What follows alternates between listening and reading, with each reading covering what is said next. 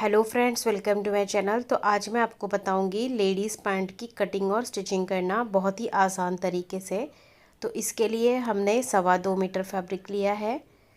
सबसे पहले हम फ्रंट का पार्ट कट करेंगे। इसके लिए हमने फैब्रिक को डबल में रखा है। ओपन साइड से ही हम मार्किंग करेंगे। यहाँ से हम 2 इंच बेल्ट के लिए मार्क करेंगे और स्ट्रेट लाइन बना देंगे।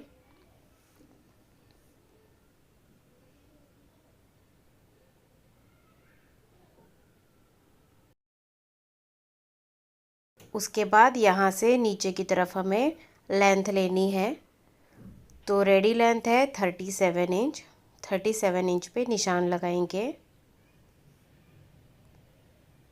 2 इंच फोल्डिंग का लेंगे। यहाँ पर भी स्ट्रेट लाइन बना देंगे।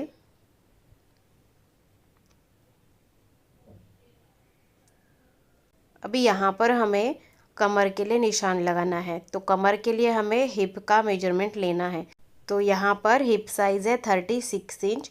उसको 4 से डिवाइड करना है और उसमें 2 इंच लूजिंग ऐड करना है। तो 36 को 4 से डिवाइड करेंगे तो वो आ जाता है 9 इंच, प्लस उसमें 2 इंच ऐड कर लेंगे लूजिंग, तो वो आ गया 11 इंच। तो इस तरह से हम कमर साइज़ लेंगे 11 इंच का।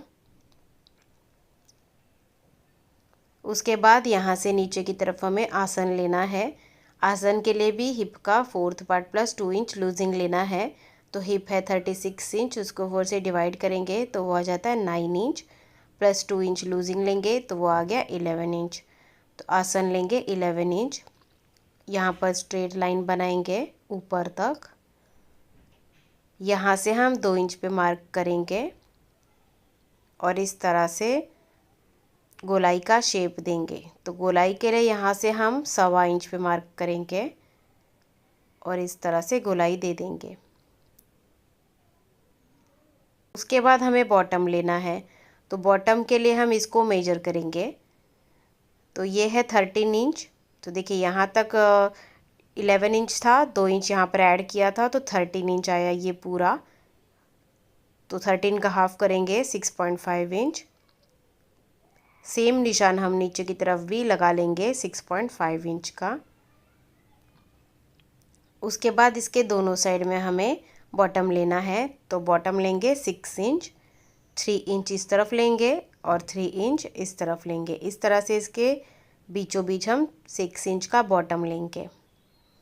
नीचे स्ट्रेट करेंगे। उसके बाद इसको यहाँ पर जोड़ना है और इसको इसके सामने निशान लगाकर जोड़ देना है।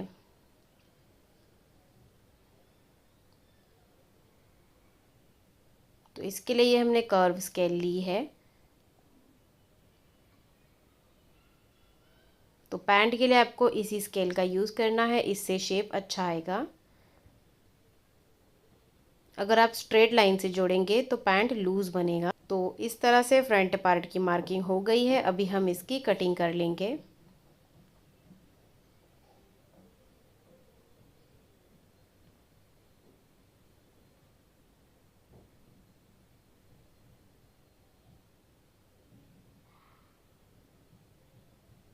तो इस तरह से हमने कटिंग कर ली है। ये 2 पीस है फ्रंट पार्ट के। फ्रंट पार्ट को साइड में रखेंगे। अभी बैक पार्ट के लिए फैब्रिक को फिर से हमें डबल में ही रखना है।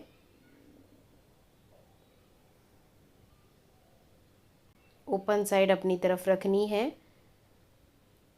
अभी फ्रंट पार्ट को हम इसके ऊपर रखेंगे। ऊपर से 2 इंच छोड़ना है और उसके बाद ही इसको रखना है। अभी ये वाली साइड में हमें कोई चेंज नहीं करना है। तो ये जैसा है वैसा ही हम मार्क कर लेंगे।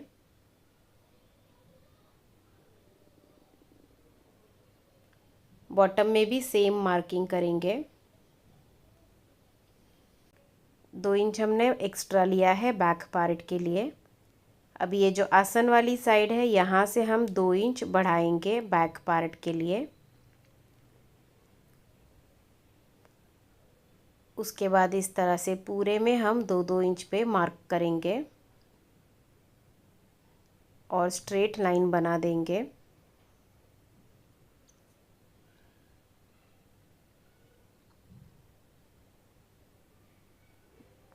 उसके बाद बैक के आसन की शेप देंगे। अभी ये यहाँ से बढ़ा हुआ रहेगा, ये यहाँ तक ही रहेगा हमारा, तो इसको हम तिरछा जोड़ेंगे यहाँ तक।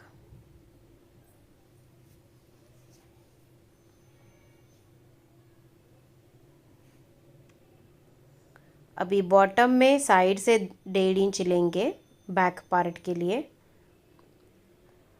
और इसको यहाँ पर जोड़ेंगे।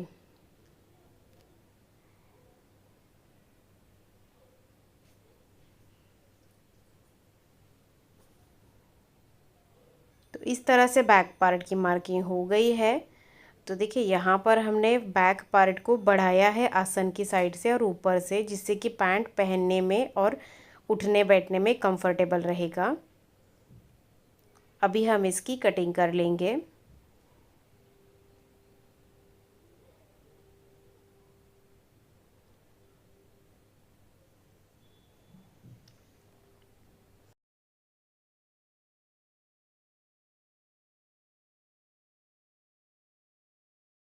तो बैक पार्ट की कटिंग हो गई है। अभी हम इसकी स्टिचिंग करेंगे। तो यहाँ पर देखिए बैक का पार्ट बड़ा है और फ्रंट का पार्ट छोटा होता है, तो जिससे कि बिगनर्स को बहुत ही प्रॉब्लम होता है इसको किस तरह से स्टिच करना है। तो मैं आपको इस वीडियो में स्टेप बाय स्टेप स्टिचिंग बताऊंगी। सिर्फ आपको स्टेप्स फॉलो करने हैं और स्टिचिंग करना है।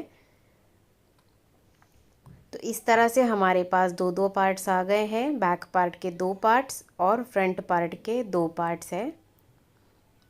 अभी हमें सबसे पहले यहाँ पर आसन में सिलाई लगा देनी है, सीधी साइड अंदर की तरफ रख के। तो हमने आसन में सिलाई लगा दी है। उसके बाद हमें इसको ओपन करके रखना है। बैक पार्ट को पहले ओपन करके रखेंगे, इसके ऊपर हमें फ्रंट का पार्ट उल्टा रख देना है, मतलब दोनों की सीधी साइड हमें अंदर की तरफ रख लेनी है।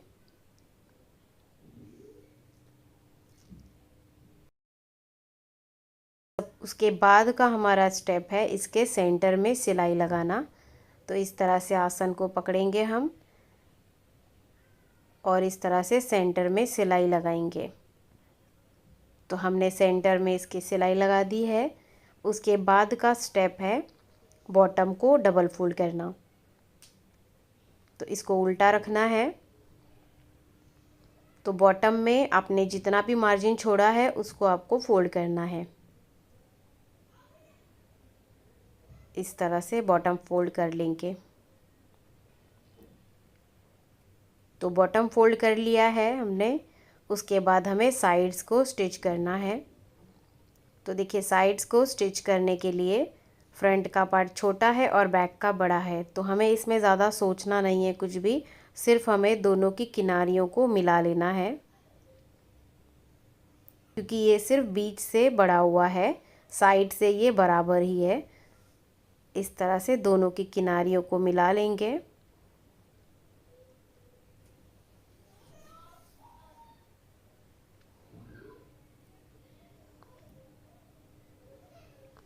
तो हम नीचे से थोड़ा सा स्लिट रखेंगे। तो यहाँ से हम 2 या 2.5 इंच पे निशान लगा लेंगे। तो मैं यहाँ पर 2.5 इंच पे निशान लगा रही हूँ। 2.5 इंच का स्लिट रखना है। उसके बाद इसको यहाँ से यहाँ तक हम स्टिच करेंगे। सेम इसी तरह से दूसरे साइड में भी हम किनारियों को मिला लेंगे।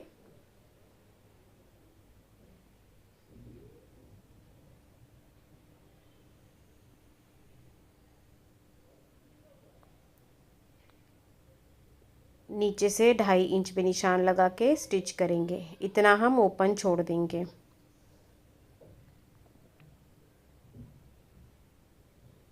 तो देखिए इस तरह से सिर्फ किनारियों को मिला लेना है और सिलते जाना है।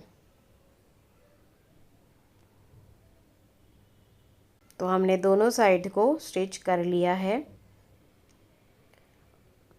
यहाँ पर हमने थोड़ा सा ओपन रखा है, बाद में इसको हम इस तरह से डबल फोल्ड करके हैंड स्टिच कर लेंगे, जिससे फिनिशिंग अच्छी आएगी। अभी हमें इसका बेल्ट रेडी करना है।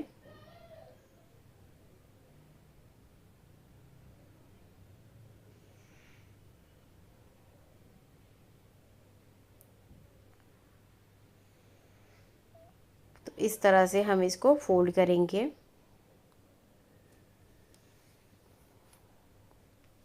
तो फ्रंट पार्ट से हमें शुरू करना है।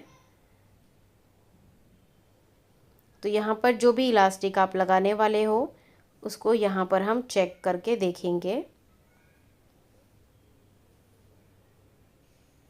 तो ये थोड़ा सा ज़्यादा है तो इसको हम थोड़ा सा कम कर लेंगे।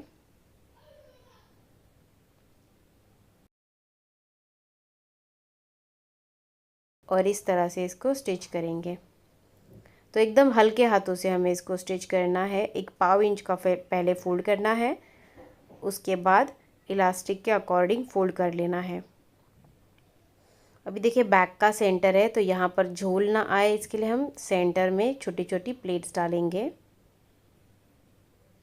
देखिए इस तरह से प्लेट्स डालेंगे तो इसमें झोल नहीं आएगा और बहुत ही इजीली हम इसको स्टिच कर पाएंगे।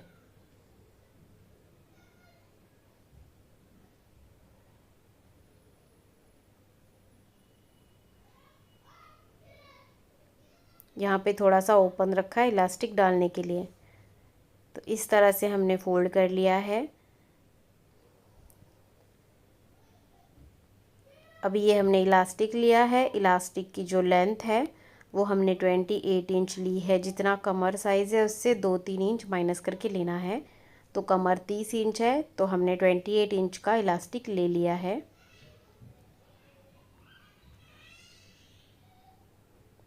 अभी हम एक सेफ्टी पिन लेंगे, यहाँ पर लगाएंगे और इलास्टिक को इसके अंदर पास करेंगे। एक साइड से डालना है और दूसरी साइड से इलास्टिक को बाहर निकाल लेना है। तो हमने इलास्टिक डाल दिया है। इसको ओवरलैप करके हम स्टिच करेंगे।